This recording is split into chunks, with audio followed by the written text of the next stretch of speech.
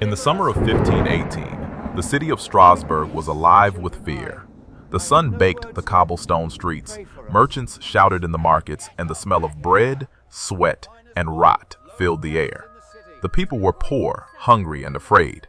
Famine had gripped the land, disease had weakened families, and faith was the only thing left holding the city together. But then, something unexplainable began. Something that would shake Europe and leave historians terrified for centuries. A woman walked into the street and began to dance. She is No music, possessed. no joy. The devil Just a strange, has her uncontrollable soul. rhythm that seemed to move her body on its own. Her name was Frau Troffea, and for the next 6 days, she danced. Without rest, without My reason, God, what is and wrong without with the stopping. woman? Neighbors watched from their windows, whispering It's prayers. possessed. At first, they thought she'd gone mad. Protect us. Then they thought she'd been cursed. But when they tried to help her, when they grabbed her arms to stop her, her body fought back, violently, Steady yourself. thrashing, twisting, as if some invisible force refused to let go. And that was only the beginning. Within a week, dozens of others joined her. Men, women, even children, all seized by the same bizarre urge. They danced until their legs bled, until their bodies collapsed, until their hearts gave out. And still, the music no one could hear kept playing inside them. By the middle of July, the streets of Strasbourg looked like a nightmare.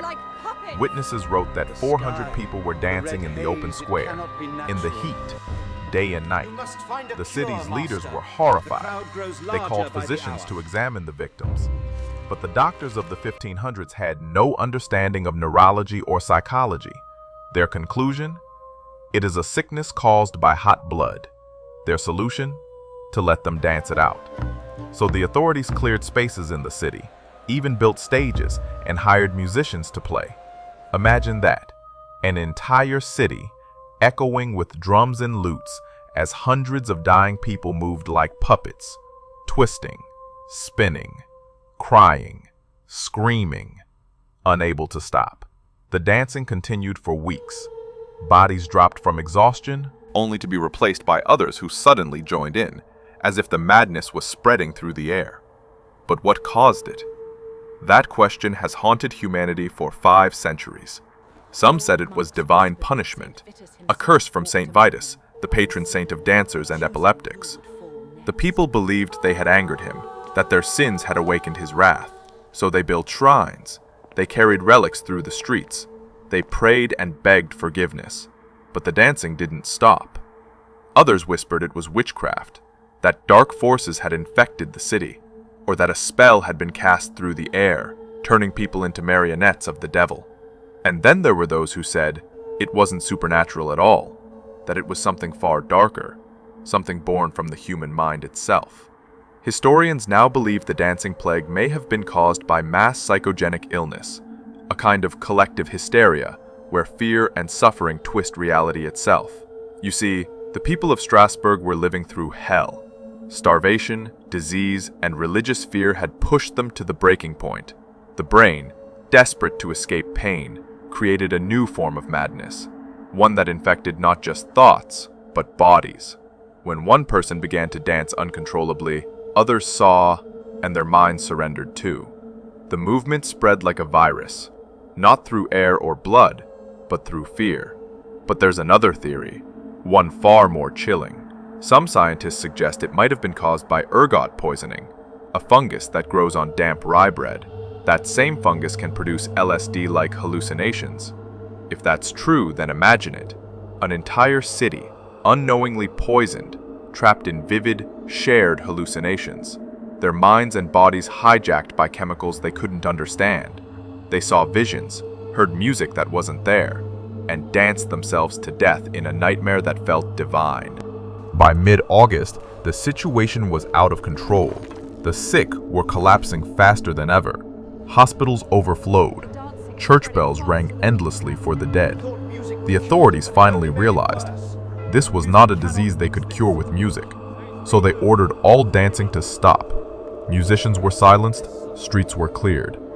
Then the victims were taken to the shrine of Saint Vitus, barefoot and trembling. Priests placed red shoes on their feet, a ritual meant to please the saints. and led them in prayer. Slowly, the frenzy faded. One by one, the dancers collapsed in silence. Some recovered. Many never stood again. And just like that, the plague was over. No one knows how many died. Some say 100, others say 400. There are no exact numbers, only terrified reports from monks and physicians who described people dancing until their ribs cracked, until their hearts burst. After September 15, 18, the records fall silent. The city never spoke of it again, as if erasing it from memory could erase the horror itself. But the truth is, the dancing plague wasn't the first. It had happened before and after. In 1374, along the Rhine River, another wave of uncontrollable dancing swept through Germany. In 1237, children in Erfurt were said to have danced across the city until they collapsed, an event that some believe inspired the legend of the Pied Piper of Hamelin. Every few centuries it returned, like a ghost of madness, haunting humanity again and again. But what if it wasn't just disease or hysteria? What if there's something older, hidden beneath it all? Across Europe, ancient pagan rituals once used dance as a way to summon or honor spirits, to enter trances, to communicate with the divine. As Christianity rose, those old rites were forbidden, called demonic, erased from history. But energy like that never truly dies.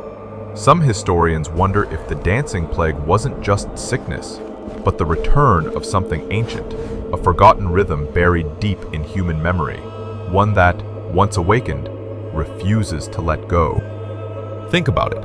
How can hundreds of people lose control of their bodies at the same time, all in the same way, without a cause anyone can prove? Why did the victims of Strasbourg describe hearing invisible music? Why did they dance in patterns, coordinated, rhythmic, almost ritualistic, when none of them could even explain why? And why, after it ended, did no one dare to speak of it again, as if even remembering it could bring it back? The dancing plague became one of history's greatest unsolved mysteries, a symbol of how fragile the human mind truly is, how quickly logic collapses under fear and faith. It showed us that we don't need monsters or curses to lose control. We just need pressure, isolation, fear, and suddenly, something inside us snaps. Look at our own time, our modern world. Mass panic still exists. Ideas, emotions, hysteria, all spreading faster than ever through the internet, through screens. It's not dancing now, but it's the same sickness, invisible, contagious, unstoppable. Maybe the real horror of the dancing plague is this. It wasn't a supernatural event at all. It was a mirror, a reflection of the chaos hiding inside every one of us. In the centuries that followed, artists and writers tried to make sense of it.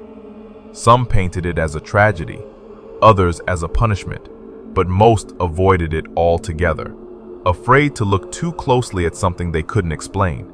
Yet buried in one forgotten letter from a Strasbourg monk was a single line that still sends chills through historians today. He wrote, "They danced, and their eyes were empty, as though the devil himself led the steps." Was it madness? Was it faith?